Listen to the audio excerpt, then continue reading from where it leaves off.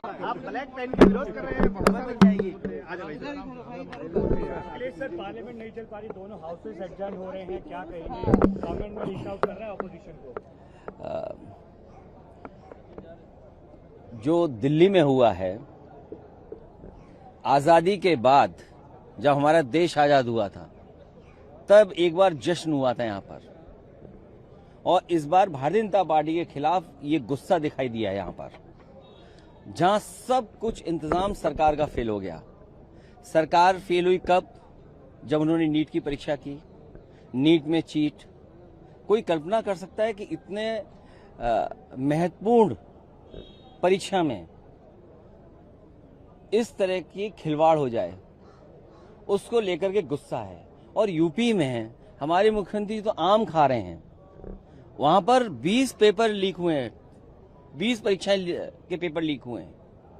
तो अब आप सोचिए, नौकरी है नहीं, रोजगार है नहीं।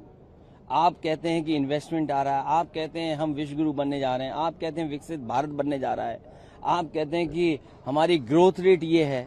अगर ग्रोथ रेट है और पर कैपिटा इनकम बढ़ रही है, तो ये नौजवान बेरोजगार कैसे सड़क पे घूम रहे हैं?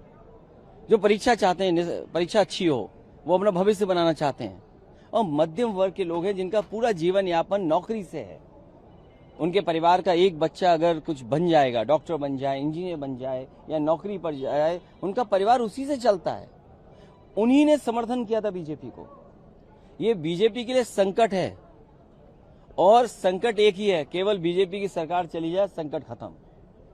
अहंकार है, ये सरकार नहीं है, अहंकार है। आपको बातचीत करने से किसने रोका था? आपने बातचीत बाद में भी की। ये बातचीत आप पहले भी तो कर सकते थे, आश्वासन पहले भी दे सकते थे। देश और युवा सरकार से नाराज है, वो दिल्ली में दिखाई दिया है। स्वाभाविक है, लोकतंत्र में जो लोकतंत्र मजबूत करना चाहते हैं, लोकतंत्र में जवाब वोट से ही मिलता है। अभी अभी बीजेपी हारी है यूपी में, हर परिणाम बता देती है बीजेपी। आजादी के 100 साल तक पहुंच जाते हैं, लेकिन 2024 में जनता ने क्यों नकार दिया यूपी में, वो क्यों भूल जाते हैं? तो जनता फिर इनको नकारेगी एक बार। प्रधानमंत्री कह रहे हैं कि नीट दोषियों को कार्रवाई होगी, आप सजी तो सजा देंगे। क्या दबाव है सरकार पे कि अपने मंत्री को नहीं हटा पा रहे, अपने संगी साथियों पर नहीं कार्रवाई कर पा रहे, अपने मंत्री क्यों नहीं हटा रहे? क्या दबाव है? दबाव यही हो सकता है कि कहीं कोई राज न खोल दे, कोई दवा राज हो और जानकारी फैल जाए कुछ चीजों की। क्या चाहते? नीट एग्जाम हो गया दोबारा, वही तो चाहते हैं कि दूसरा मंत्री बन जाए। वो सरकार थोड़ी हटा रहे हैं। सरकार हटाने के लिए तो हम कह रहे हैं कि सम्मानजनक रूप से सरकार चली जाए, नहीं तो जनता वोट से हटा देगी। खत्म सवाल।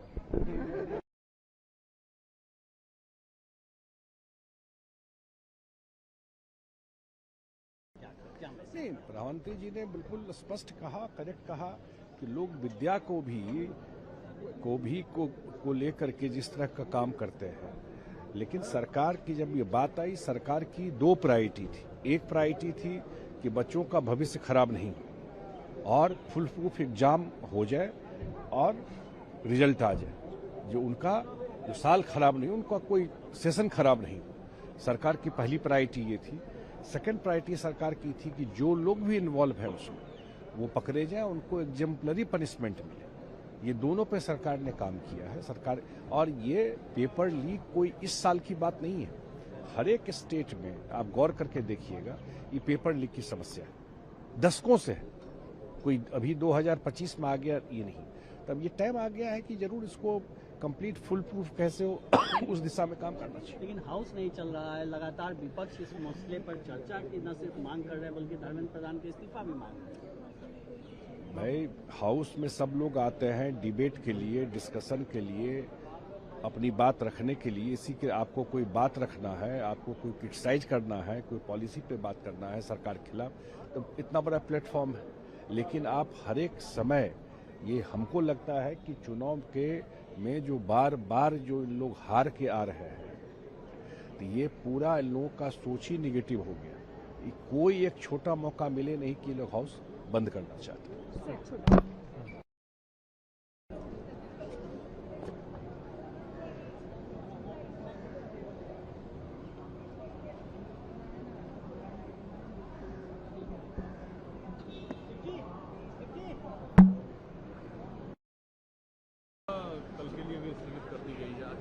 कब होगी, कैसी होगी, किन मुद्दों पे होगी? ये सवाल तो आपको सरकार से पूछना चाहिए, प्रधानमंत्री से पूछना चाहिए। जब भी सत्र शुरू होता है वो सदन के बाहर तो भाषण देते हैं, अंदर ना आते हैं ना भाषण देते हैं। हम लोग कह रहे हैं जो बच्चों पे जो नीट में पेपर लीक का विरोध कर रहे थे, कल हजारों की संख्या में हॉस्पिटल गए हैं, चोटें आई हैं, किसी के पैर में फ्रैक्चर हुआ है। हमारे लीडर भी उनको लोहिया में कई अस्पतालों में स्टूडेंट वहाँ देखने के लिए गए हैं। ना उनकी बातों का जवाब है ना सॉल्यूशन है। हम कह रहे हैं नीट पे डिस्कशन कीजिए, हम लोग कह रहे हैं राम मंदिर में जो चोरी हो रही है उसका डिस्कशन कीजिए, इथेनॉल पे डिस्कशन कीजिए। तो ये सवाल तो हम लोग भी आपके माध्यम से सरकार से पूछ रहे हैं कि सदन कब से चलेगा। घायल छात्र से नड्डा जी भी जाकर मिले। बहुत बड़ी मेहरबानी की है।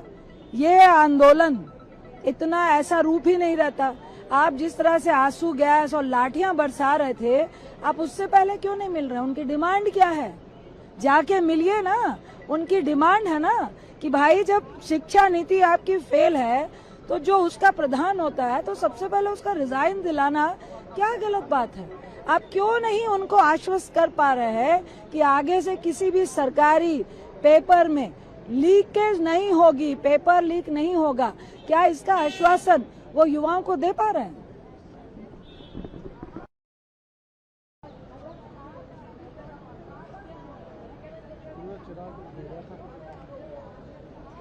अपनी टीम उधर भी तीसरा दिन कल हो जाएगा, चर्चा हो नहीं पा रही है। देख, गवर्नमेंट चर्चा करना नहीं चाहती, गवर्नमेंट चर्चा से बचती है, इसलिए कोई मामला उठता है वैसे हाउस स्थगित हो जाता है। किसी को अपनी बात कहने की भी इजाजत नहीं दी जा रही है कि क्या हमारी गाड़ी आ गई। घायल छात्र से सरकार भी संवेदनशीलता दिखा रही है। नड्डा जी भी जाकर मिलते हैं, राहुल गांधी मिलते हैं, कल सपा की पूरी डेलीगेशन जाकर मिली थी। तो मतलब जब मुद्दा एक है, छात्र एक है, संवेदनशील सब है, फिर क्या टकराट की स्थिति फिर क्यों है? जब सरकार संवेदनहीन हो तो कुछ भी मिलता कोई मिलता रहने पर असर क्या पड़ता है? उन्हें तो ये लगता है कि सर हम चर्चा के लिए तैयार हैं कि आप लोग शायद कुछ नहीं, चर्चा के लिए कोई उठाता है उस पर तो हाउस स्थगित कर देते हैं, चर्चा के लिए तैयार है, करा दिए। धन्यवाद।